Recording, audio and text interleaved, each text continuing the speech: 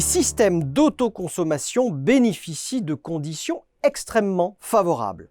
Volatilité du prix des énergies, baisse tendancielle du coût des panneaux solaires, subventions, obligations d'installation dans le non résidentiel.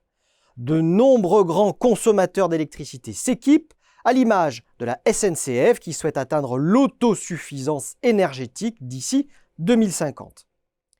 Malgré des perspectives prometteuses pour tous les business models gravitant autour de l'autoconsommation, en B2B comme en B2C, ce marché approche déjà de la surchauffe selon la dernière étude Xerfi Precepta. En témoignent les retards de chantier qui s'accumulent faute de bras. Si cette situation confère aux entreprises une latitude supplémentaire pour fixer leurs prix, elle entraîne plusieurs effets néfastes. En plus d'affecter leur image de marque, cette pénurie de main-d'œuvre constitue un réel obstacle à l'essor de leur activité. Au-delà de la formation des installateurs, comment les acteurs s'organisent-ils pour desserrer cette contrainte? Quelles évolutions du jeu concurrentiel faut-il anticiper alors que les groupes du BTP et des services énergétiques passent à l'offensive?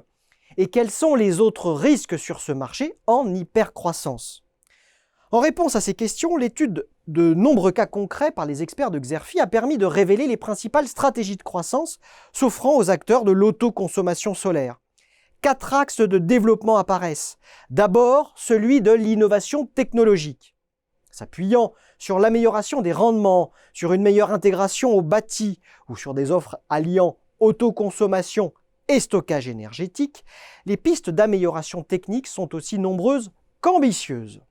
Les avancées technologiques introduites par Photowatt, Armor Group ou Estium en témoignent. Deuxième thématique, la diversification des marchés clients. On assiste en effet à l'émergence d'offensives vers le segment B2B et vers l'autoconsommation collective. C'est à ce titre que Comwatt s'attaque au marché des entreprises, tandis que DevENR lance quant à lui une offre d'autoconsommation collective.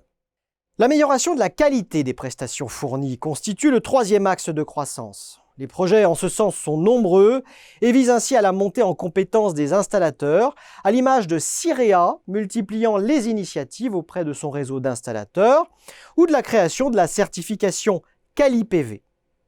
Enfin, dernière thématique évoquée dans l'étude, l'internationalisation du marché de l'autoconsommation solaire, à l'instar de GreenYellow, visant un renforcement en Europe de l'Est. Citons également le cas de multiples startups des kits solaires ayant pour ambition un développement à l'international.